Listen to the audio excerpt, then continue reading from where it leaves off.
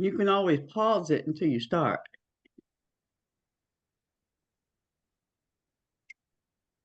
Well, we just go ahead and start. It's 9:05. So we'll just go ahead and start. Are you on Zoom? I'm on Facebook. Get ready to go live. Okay, let me see if I can. Do we stop and re-record? Mm-mm. You can't stop and re-record? Nope. Once it's gone, it's Mm-hmm. gone. Mm-hmm. Yeah, you Hmm? can pause it and then you can pause it or you can stop and then record as long as you're still on, as long as you don't leave the meeting. Oh, I And can. you, Okay.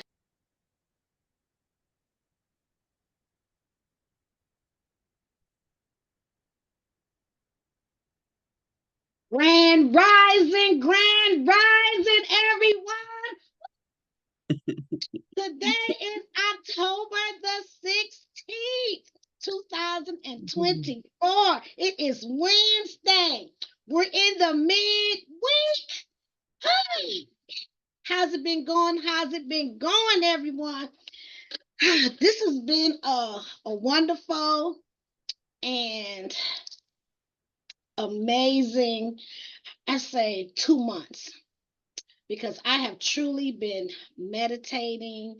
I've truly just been embracing in God's presence, because this is a very busy season for me, because Medicare just started yesterday. Yesterday was the first day of Medicare annual enrollment period. I'm like, oh, preparation for this has really been a lot. It's like really a lot, because I really want to make a difference in the people's lives, right?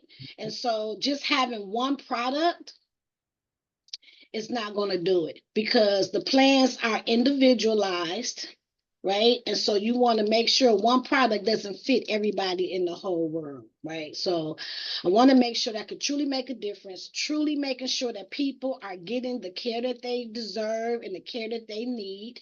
So I write for multiple carriers. But with that comes with a cost. yeah. Through discipline, hmm studying year after year after year, getting certified with each one of the carriers. So that's, challenging, because I write for multiple carriers like Aetna and WellCare and Humana and United Healthcare. And so all of those come with an exam also, because you have to pass each one. You got a big exam that you have to take before you can even take the insurance company exam. So first you got to pass that, which is called an AHIP. After you pass the AHIP, now you can start going to the carriers that you want to write for that year. And you have to do it, because if you don't do it, any residuals, you won't get your residuals that you wrote the year before if you're not currently up to date and certified the previous year. So it's kind of like a must that you do it if you want to continue to get your residuals. But I'm so excited about today. Purposely, I do not have a guest, because we're still in series 1 of the trusts, okay? And when I look back at the video, the live that I did, there were some things I wanted to address that, Queen, you had brought up regarding the life insurance. Okay. So because I've been so busy, I haven't had an opportunity to finish the PowerPoint. So I do have 2 videos later on that we are going to take a look at. Until then, we're going to start with our wealth building success story. Got to do that. It's our wealth building success story. And today, our story is going to be on John D. Rockefeller, a billionaire success story. Now, this is going to be one of the main reasons why I wanted to do this, because it really do ties into what we're learning about estate planning, and trust. So, from humble beginnings to unimaginable wealth, John D. Rockefeller journey from a modest childhood to becoming the world's first billionaire is a story of perseverance, vision, and strategic thinking. His life serves as an inspiring example of how struggles can transform into monumental success with the right mindset and work ethic. He had a modest start, okay? John D. Rockefeller was born on July the 8th, 1839, in Richmond, New York, into a family of modest means. His father, William Avery Rockefeller, was a traveling salesman who was often absent, leaving them and a mother to raise their children into financial instability. Despite the difficult circumstances, Eliza her name is Eliza, installed in her son the values of hard work, discipline, and faith. As a boy, Rockefeller helped support his family by doing odd jobs, including selling potatoes, raising turkeys, and lending small amounts of money at interest. How's that? Young boy told me, I'll lend you some money. I'll lend you some money, but it's going to be an interest attached to it. That's funny. A glimpse into the early talent for business. At 16, he took his first official job as an assistant bookkeeper, earning 50 cents a day. Though the pay was meager, it was the start of something much bigger. Seizing opportunity, the birth of Standard Oil. At the age of 24, Rockefeller made his first serious move into business world by entering the oil industry, which was just beginning to emerge as a key resource. In 1859, he co-founded a small refinery near Cleveland, Ohio. Rockefeller's attention to detail, ability to cut costs, and commit to improving efficiency helped him outperform his competitors. In 1870, he and his partners established Standard Oil, a company that would become synonymous with American economic growth. Rockefeller's approach was simple: control as much of the oil industry as possible, from drilling to refining to transportation. He understood the value of vertical integration, which allowed him to dominate every aspect of oil production. Within a few years, Standard Oil had become a massive monopoly, controlling 90% of the oil in the United States. Rockefeller's strategy of cutting deals with railroads to secure favorable rates and his drive to eliminate inefficiencies made him an unparalleled force in the industry. Facing adversity and triumphing, Rockefeller's journey to wealth was not without challenges. As his company grew, so did public scrutiny and opposition. He faced legal battles and government intervention, particularly with the Sherman Antitrust Act in 1890, which eventually led to the breakup of Standard Oil in 1911. However, the dissolution of his company into smaller entities, which later became Exxon, Mobil, and Chevron, among others, only increased his wealth as each fragment of his empire thrived independently. Through it all, Rockefeller maintained his faith and discipline, focusing on long-term growth and sustainability. His resilience in the face of adversity cemented his place as a visionary entrepreneur, building unprecedented wealth. By the early 1900s, John D. Rockefeller had become the world's first billionaire. His strategic vision, willingness to take calculated risk, and tireless work ethics had turned his initial investment of a few $1,000s into one of the most powerful and profitable businesses in history. At the height of his wealth, Rockefeller's fortune was estimated to be equivalent to $400 billion in today's dollars, making him the richest person in modern history. His wealth was so vast that it influenced not only the oil industry, but also how business empires was built from generations to come. Philanthropy and legacy. Despite his enormous fortune, Rockefeller believed that wealth should be used to serve others. He famously said, God gave me my money, and he saw himself as a steward of that wealth with the responsibility to give back to the community. His charitable efforts were extensive.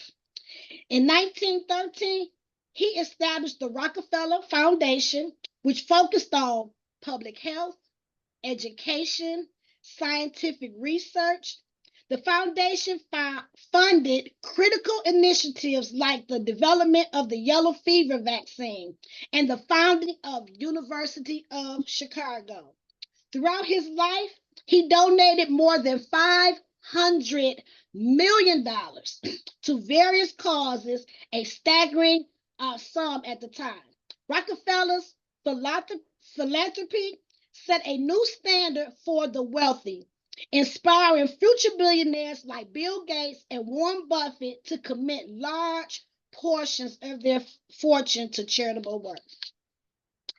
So, whew, that was amazing. Hey, Terry. Hey, Bonnie. Welcome, welcome. Good morning. Hey. So, with that being said, with the Rockefeller Foundation, so when I start really doing more research on the Rockefeller family, and we've been talking about living trust and having trust, I'm like, wow, overwhelmed with all the different lessons and key lessons from the Rockefeller success stories. So the Rockefeller family is normally compared to the Vanderbilts because they lost all their generational fortune. And we will talk about that at a later date.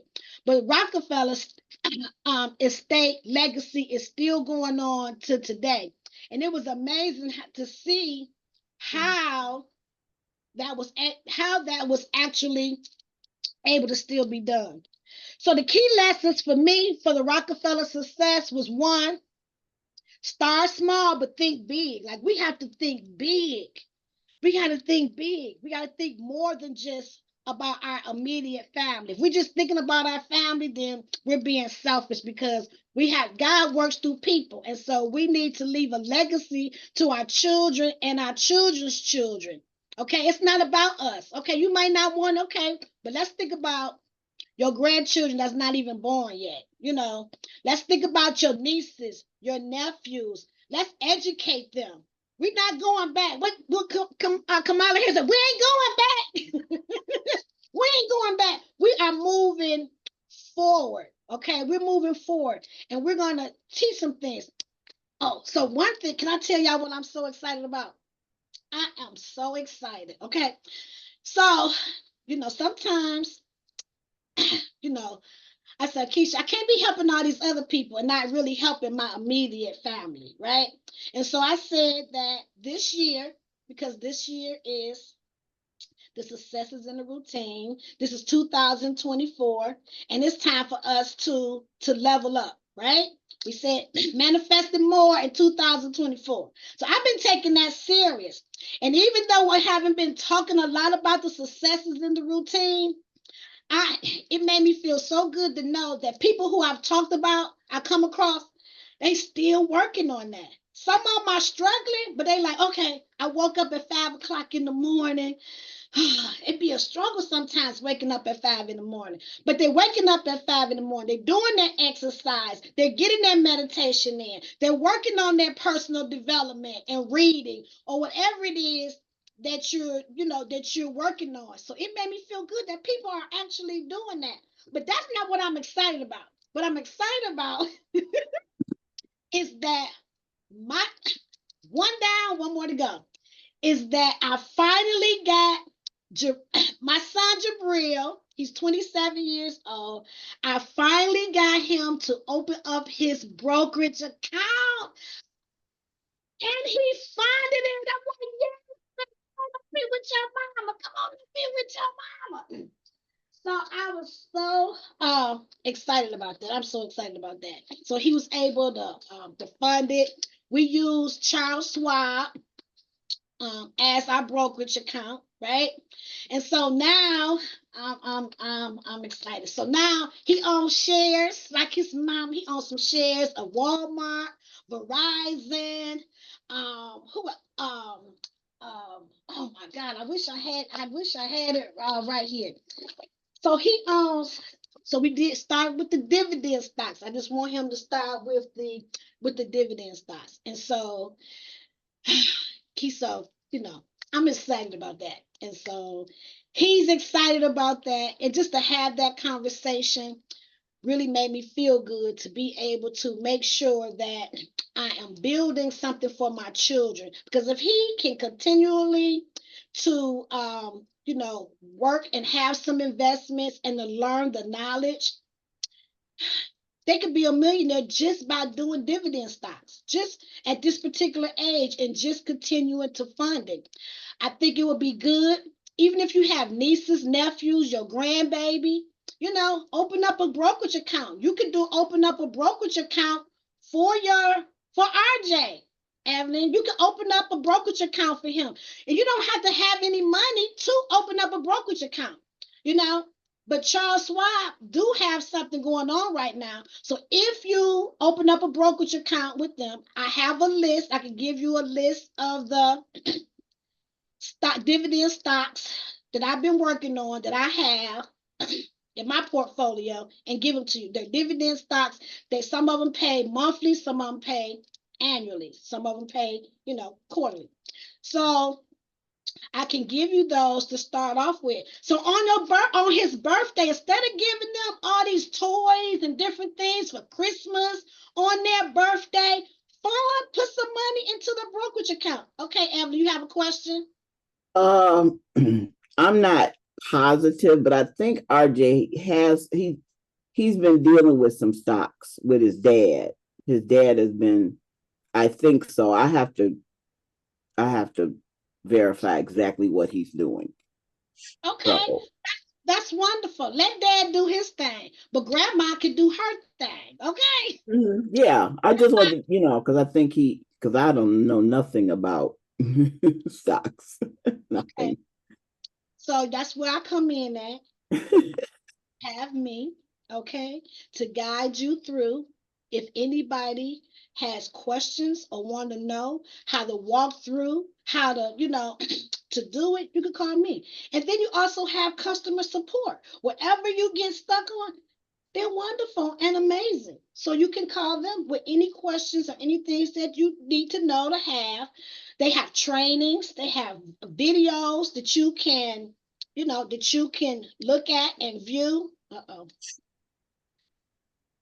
I do apologize, y'all. I'm trying to work on this live thing. So sometimes, y'all said, let me see the screen. But my computer is so big that you can't see everybody on the screen.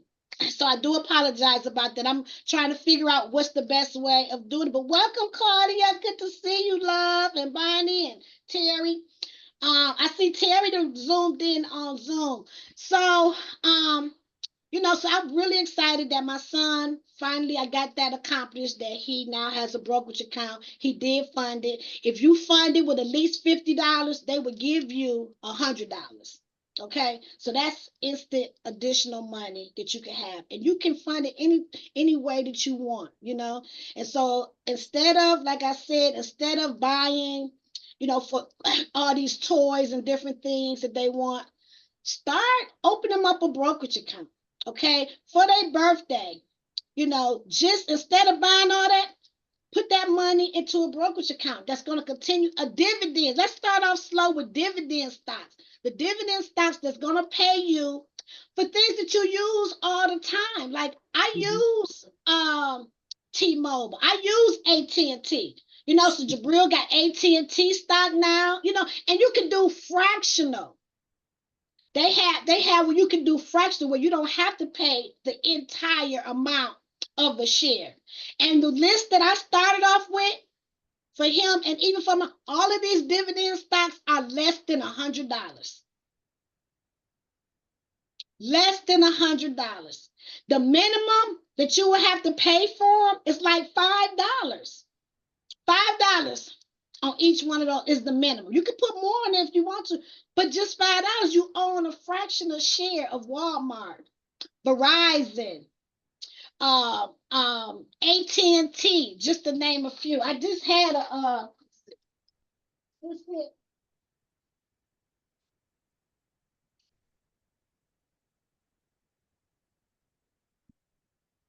I do apologize. I wish I had it right here on the desk because I had him to take a copy of it so that when his next paycheck come, he can add some more money, even if it's just $20, $30. And then you can set it up automatically. Set it up automatically so when the dividends come in, it just automatically reinvests. So you don't have to look at it. But on Christmas, on graduation, on these different days, instead of buying toys and different things like that, go ahead, open up a brokerage account and put money in it. It's not difficult at all. It's just unfamiliar for a lot of us. It's just unfamiliar, not hard, not difficult. If you know how to transfer funds from one bank account to another bank account, it's no difference. You could transfer funds, you know, however much you want, $50, $100,000, $100, whatever you want, transfer it in there and just buy partial share. You don't have to do the whole thing. Now, not all brokerage companies have that capability, but I like Charles Schwab because that's where my 401k is. And they're always good. They're 24/7. You can call them 24/7. And they've just always been good.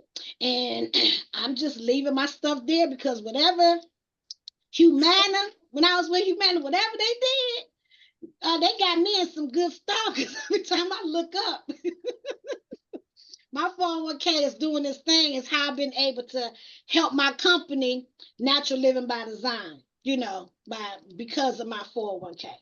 Mhm. Yeah, so I'm excited about that.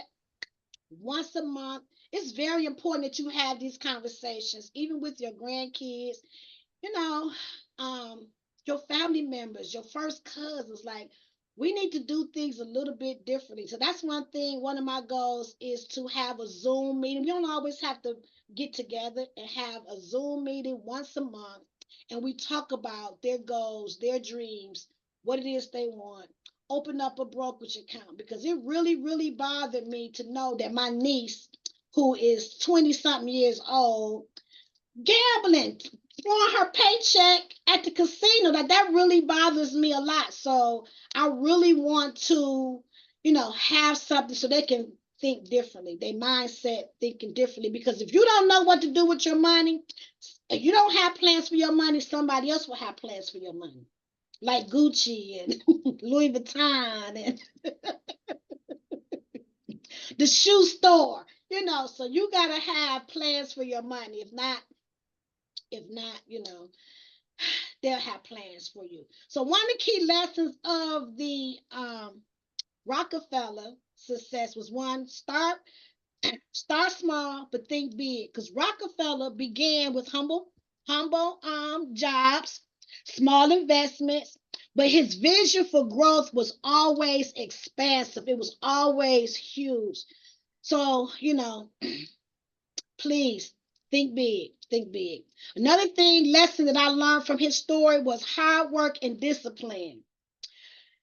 He worked tirelessly, saving and reinvesting his earnings wisely, and focused on efficiency in every aspect of his business. Now that is so key and important when you have a business. That is one reason why, as one of the owners of Natural Living by Design, that, you know, We're not trying to move too fast and expand and get our products in a whole lot of stores immediately, because we want to be able to scale. We want to make sure that we are building a business that utilize sound business practices with integrity, and making sure that we're doing the right thing, because there are females just like me who want to start their own business, don't know how to start their own business, and you want to be able to make sure that you're giving them correct information and that they're building their business correctly. It is so many people who I run across who want me to help them, or they have nonprofit organizations and they're not being set up properly. I had a long conversation with a young lady. She was referred to me, and she has a nonprofit, got big goals, big ideas about helping the community, but she's not set up properly. Like, you asking Walmart, you asking all these huge organizations to give you money. Do you know how many people ask Walmart and Target and all of these people about helping them with their nonprofit or things that they have going on for the community? Hundreds and hundreds and thousands of people go to them on a regular basis. So they want to check you out. So you need to have, and my recommendation, because I believe, you got favor. You got favor, you got favor. You don't necessarily have to have it. But if you in it to win it, I highly suggest that you be set up properly as a nonprofit organization. Have your website, have your paperwork in order, have those things in order. And so one of the things, and we have to really change our mindset, because she wants me to help her with the website. I said, well, I'm not the one to really help you with your nonprofit organization. I have professionals that I'm working with right now to help me with my nonprofit that I started this year. And the first thing she said was, that's going to cost me some money. I'm going to do it myself. No, I can do it myself. Just show me how to do it on my computer and on my cell phone, and I'm going to do it myself. No, we have to change our mindset. You can do anything with planning. That's all you got to do is plan it. You automatically saying it's going to cost too much. It's going to cost too much. You don't even know that before you even had the conversation with the young lady. Everybody's needs is different.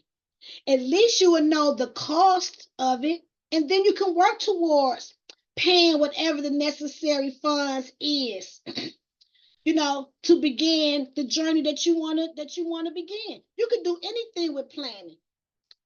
Anything with planning. So, it's about planning, changing your mindset. Don't have the mindset it's going to cost too much, because you can do anything with planning. And if you got God in your life, he will make provision. You just have to just at least know the numbers. Know the numbers, how much it's going to cost. Don't count yourself out. Don't count yourself out. Whatever your goal, if God gave you the vision, follow through with the vision. Don't worry about the cost. Talk to the proper people. God is going to send the people that you need to be successful. What they say, when the student is ready, the teacher will appear. That is true. My mentor said, go as far as you can see. When you get there, you're going to see some more. You're going to see some more. Seize the opportunity. That's another lesson that I got out of the Rockefeller success story. Rockefeller recognized the potential in the oil industry when others were still unsure about its future. His willingness to take risks and seize opportunities was key to his success.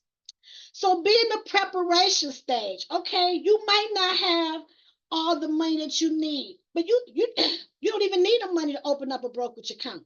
You can open that up, can't you? So then when you do get money, or you do get some extra money, boom, it's already there, available, and ready for you to do what it is that you need to do. We're in the preparation stage for most of us. Prepare. Because sometimes when an opportunity presents itself, it's too late to prepare. So get in the preparation stage. Start building the future for your family, for your nieces, your nieces, your nephews, your first cousins, or start with your immediate family first. Like, I need to start this with my children, and to have these conversations. Because I'm going to tell you, it's really interesting to have these conversations with my boys. I had to pray to God for patience because I'd be like, oh my God. Have more patience with my children, but we should have these conversations. Diversify and adapt. That was another learning lessons that I got out of the Rockefeller story. After the breakup of Standard Oil, Rockefeller continued to thrive by adapting and diversifying his investments. He didn't rely on one source of income, but built a far-reaching financial empire. So diversify, have different things that you can do, have multiple streams of income, not just one stream of income. You know, once you start having that mindset and you just start thinking of what it is that you want, those things will appear.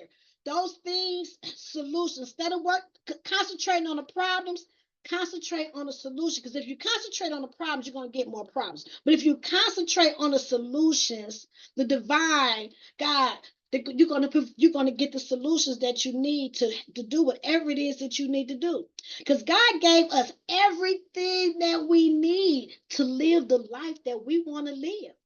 If you're not living that life, it ain't because of him, it's because of you. Maybe we need to check our mindset. Maybe we need to pay more attention about the words that's coming out of our mouth. Maybe, maybe we need to just concentrate on what we're saying because words have power, and just do some research. Do your research, your due diligence on your research. Ask questions. Don't never be scared to ask questions, ask your questions. And act as though everything is always working out for you. I'm telling you, Neville Gardner, if y'all have not listened to that, listen to Act as Though Everything Always Works Out for You. I've been meditating on that because I remember my best life was when I really knew that through my whole soul, that everything was in divine order, that all is well, that everything works out for Lakeisha LeGrand.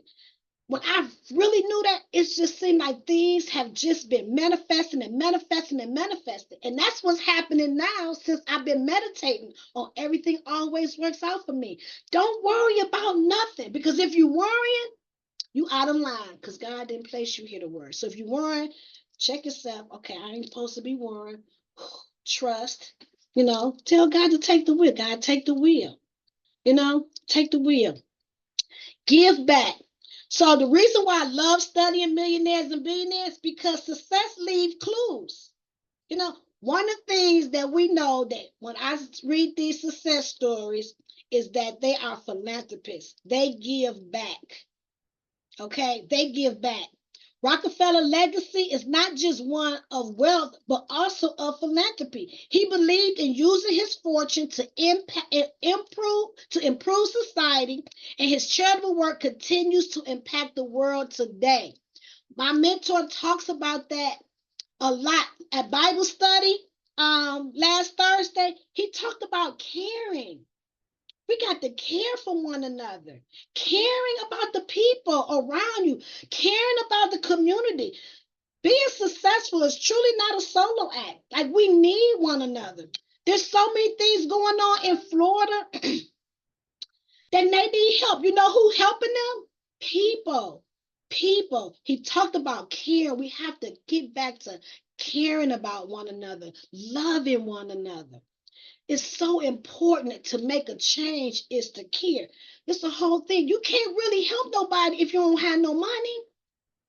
How you gonna help the people that's going on in Florida if you don't have no money? So it's bigger than us. Look at your business as being bigger than you, because it is. God called you. So step into your calling. It's just unfamiliar. Like, if you're fearful, do it anyway.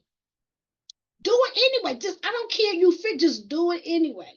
Joyce Myers, I remember years ago, she said fear is false evidence appearing real. That's true. False evidence appearing real. Just step out, know, and believe that, hey, you're different, that God got your back. Make him your partner. With God being your partner, how can you lose? How can you lose? He gave you everything you need to live a life that you want to live. The only thing that's stopping you is you. You know how I look at it? This is my world. I'm like, oh, this is my world. How you want to live today, Keisha? What you do?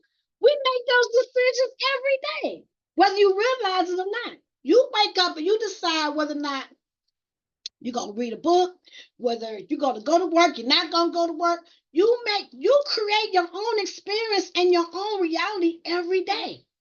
Let's just do some different things. Let's take a look at your routine, because the success is in your routine. That's what we've been working on, and we're continuing this until the end of the year, that the success is in your routine. What does your routine look like? Check your daily routine, your monthly routine. You know, are you using your planners? Are you using your planners? Are you creating a to-do list? Create your to-do list. You know, this is what I'm going to accomplish today. You will be amazed just by, okay, tomorrow I'm going to do this, I'm going to do this. If just do, work your business every day. If you just do one thing, if it's just a phone call, work your business every day. Do something. Ask a question. You're not confused. I'm telling you, to take advantage of ChatGPT. I had some videos that I shared before that had a lot of information about ChatGPT and how it can help you with your business. I am using it as if I had my own personal assistant, my own expert. I'm like, because one of the things that I need to do is, and I haven't talked to my mother yet, she hasn't seen it yet, because we're talking about trust. You know, I know some of us have a trust already. I have a trust, but I wanted to make sure that I'm funding my trust properly. Okay? I want to make sure I'm funding it properly. And so it has helped, it has really made me deep dive into it. So ChatGPT is actually helping me struct my trust, my business trust, because I have partners. So if you decide to have partners, you need to figure out, what if something happened to my mom, my business partner who is on here. Welcome. Joy, thank you for coming. Joy, Sharonda, Evelyn, Queen, thank you, Lolly, for coming in. Terry, you want to make sure you funded it properly and having at least set up. And so it's helping me to streamline a succession planning, because one of the things about me having mentors and us being a certified business, one of the things they say, what is your succession planning? Because I know all the prayers that I've done, what we've done about our business, I know I can feel it, that Natural by Zion gonna be a household name. And so we have to prepare for that and act as though it were. Act as though, if you really believe that, then you need to be acting like it. Acting like it. Start setting your stuff up. So it's helping me with the succession planning. It's helping me with my trust. Just talk to it. Should I do this? Should I do that? Use it as your advisor. That's going to save you a whole lot of money, because sometimes you got to pay thousands of dollars to get people's expertise. ChatGPT can be your expert. Okay? I'm like, okay. Should I add this to my trust? Should I? Okay, now my family, it's three of us. We all got 2 kids. So what do you think about that? You know, and it will tell you what it thinks and give you the feedback. Okay, what's the advantages of that? What's the advantages and the disadvantages of setting my trust up like that? I'm talking to somebody today, baby. I'm talking to somebody. Okay. Use it as your advisor, whatever it is, through your, okay, this is what I want to do. This is what I was thinking about. We were talking about holding companies, okay? I said, okay, I have ChatGPT, I have this company, that company, I have a nonprofit organization, da, da, da.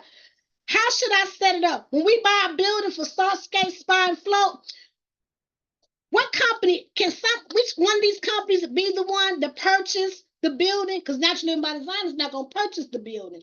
I need to have another company. Well, I was like, okay, show me a diagram of what this is supposed to look like. Girl, I said, all right, it didn't credit me. The holding company, the diagram on how to be struck. It is no excuses. It ain't nothing but some,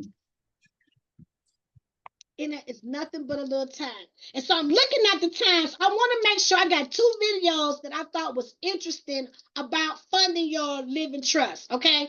So can I get the power queen? You got it already. I'm helping somebody today. I'm hoping I'm helping somebody today. Yeah, okay. You got it. Okay, I got the power. All right. I have this huge screen Facebook Live, so I do apologize because it's big. So you might not can see everything, but I'm gonna try to make sure that you can see it. So let me share the screen. Okay, where is it at? See, I call myself closing everything.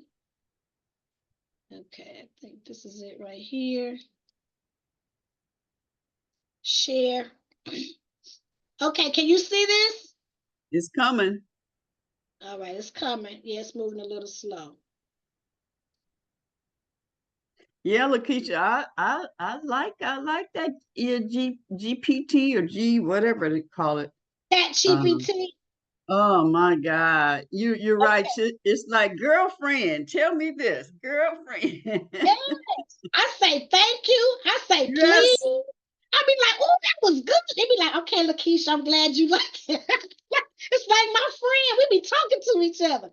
All right, so this is 7 minutes and 42 seconds. So this is something that I was talking to my attorneys with, and I'm like, okay, I need to have something that's easy for the people to understand. So I found this video about things not to put into your trust. Things not to put into your trust, okay? Hey, cousin Alice. Hey. Okay, so here we go. Now, these are things not to put into your trust, okay? Right, so as I stated, when it comes to funding a living trust, wait a minute. Okay. Hey, there's a lot of videos out there talking about funding your living trust, and I have a few myself, but no one talks about what types of assets you should not put into your living trust. Well, in this video, I'm going to break that down for you. All right. Can you blow it up? All right, so as I stated, when it comes to funding a living trust, we blow the screen up. Put all of our assets into our trust so they can bypass probate. However, there are some specific assets you definitely do not want to try to place into your living trust because it can the square ramifications, or worse yet, it could bring liability to you. Yeah. Okay, there you go. So what is the first asset that you should not be placing into your living trust? Well, that is vehicles. And I mean things like cars, boats, equipment, mules. I don't know, I'm joking there. But the fact of the matter is that anything that's a titleable asset that is a vehicle, there's no point in putting it into a living trust because when you pass away, it's very simple to transfer those assets to a beneficiary, meaning that all you need typically is a copy of a death certificate in order to transfer that item to another individual. So maybe you put it in your final instructions in your trust that you want your vehicle, your truck, for instance, to go to your son when you pass away. Just write it down there. And then your successor trustee would then see that and then contact the DMV, get a copy of your death certificate, and then transfer that asset or that vehicle over to the beneficiary. So that's the main reason why we're not putting vehicles in the trust, or the number one reason why is that you don't need to, because you can transfer them without having to go through probate. Now, the second reason why I would not put my vehicles into the living trust is basically lawsuits, asset protection. You see, when you retitle your vehicle into the name of your living trust, you're just exposing the fact that you have a trust to a potential creditor. So let's assume that there's a car accident and the vehicle is titled in the trust name. I can guarantee you the plaintiff's attorney, if you're the one that's at fault or the person driving your car is the one at fault, they are going to name your trust as a defendant in a potential lawsuit. So if you want to keep your trust out of lawsuits that are related to vehicle type accidents or boating accidents, do not put those types of vehicles in the name of your living trust. Keep them in your own name. Now, the other reason, third reason why you don't want to put vehicles into a living trust has to do with insurance. You know, it just comes down to this, that insurance companies, they seem to get really confused when it comes to figuring out how do you insure a vehicle that's in a trust name. And so I tend to avoid placing vehicles of any sort into a trust because people just can't figure it out. Now, there are certain instances where, hey, you have to go around, you have to shop for insurer, and you want to definitely put it into a trust if you're looking for anonymity because you've had problems with people in the past and you just don't want that vehicle in your name. I get it. That would make sense. But keep in mind that insurance can be problematic when you're putting a vehicle into a trust. Okay, now, what other types of assets should not go into a living trust? Well, annuities. All right, so annuities are like 401ks or IRAs. These types of assets stay outside of your living trust. In fact, they are trust agreements themselves. Most people are not aware of this. And so if you were to try to take that asset and change it over to your living trust and make that the owner of these assets, what you could be doing is creating a taxable event for yourself, basically a liquidation of the asset. And then all of a sudden you would have immediate tax consequences, or you would invalidate the special nature of that particular investment that you're holding. So you want to keep your IRAs, your 401ks, your annuities, do not place them in a living trust. What you'll do with those types of assets, though, is you'll list your trust as the beneficiary. So when you pass away, then those assets would automatically be paid over to the trustee of your trust, or they'll continue on under the control of your trustee to be paid over to the beneficiaries of the trust. Now, when it comes to 401ks and IRAs and holding those in your trust after you've passed away, it's very important that you set up your trust with explicit provisions on how you can stretch out the control of those assets after you've passed through your trust. And this comes into play when you have younger beneficiaries, for instance, and you don't intend to leave them the asset outright. So this is a huge mistake that I find with a lot of individuals that we work with on the estate planning side, is that they have their 401k or their IRA, and when they open up the account, they were asked to designate a beneficiary.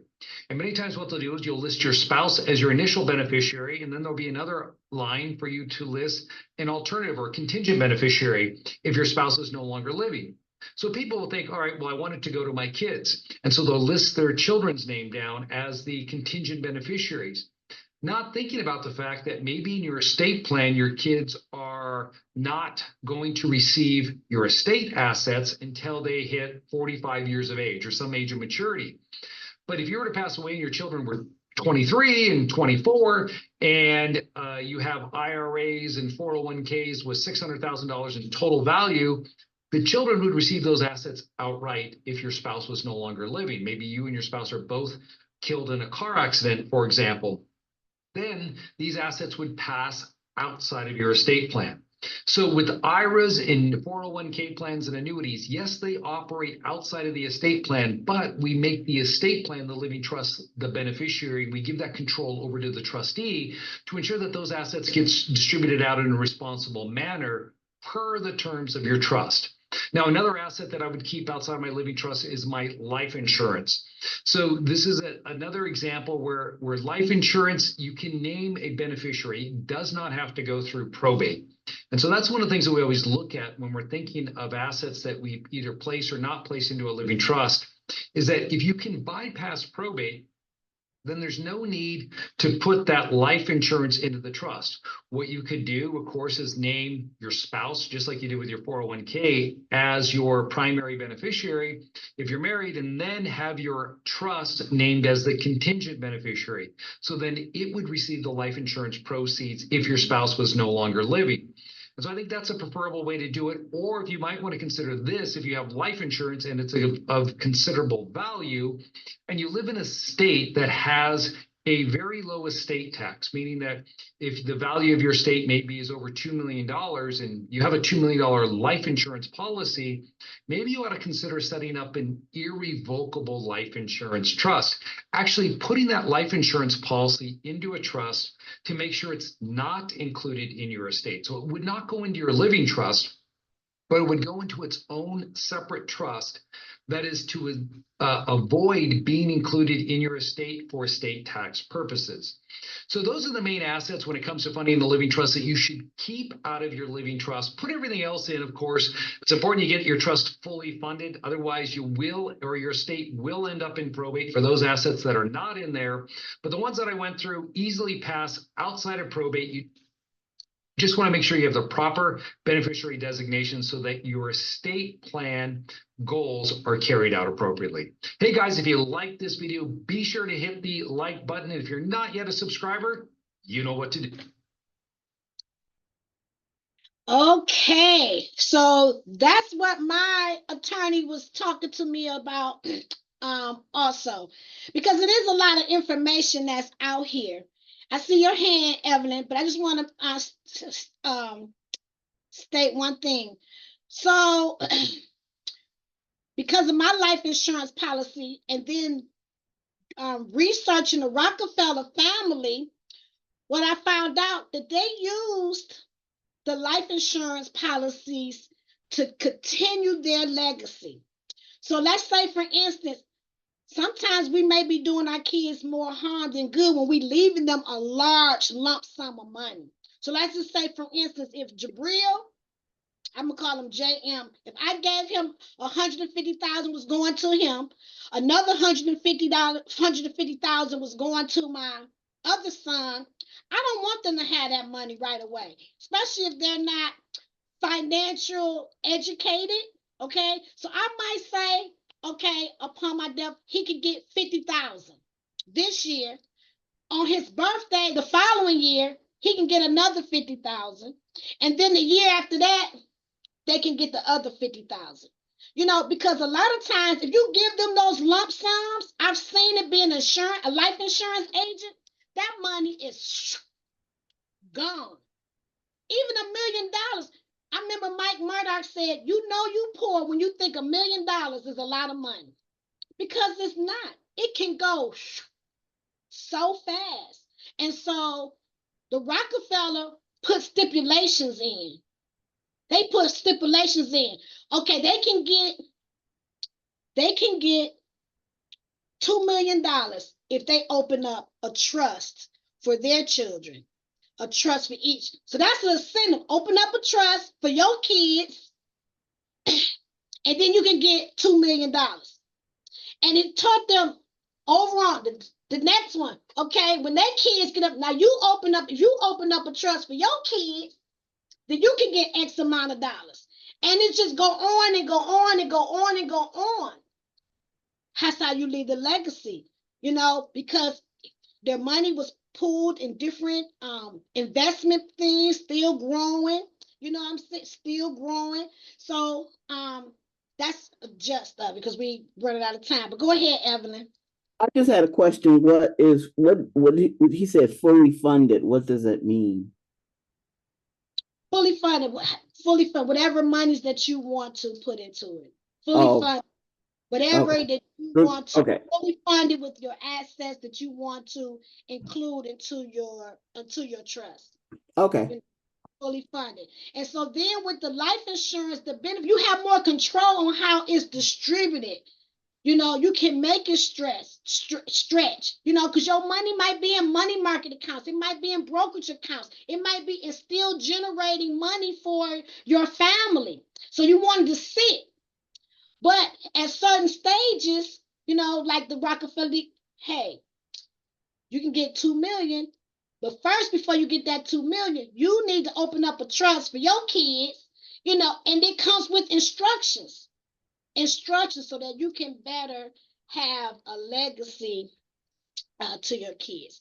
So it's 9:59. I really hope this information was helpful to you all. We have to start thinking big, you know, because everybody that's on here, you know, we all, you know, love our families. We all love our families. We all want to be better than a generation before us. Like, I want to be better than mama. And that's how it's supposed to be. That's what Jabril told me yesterday. Mom, I'm supposed to be better than what you were.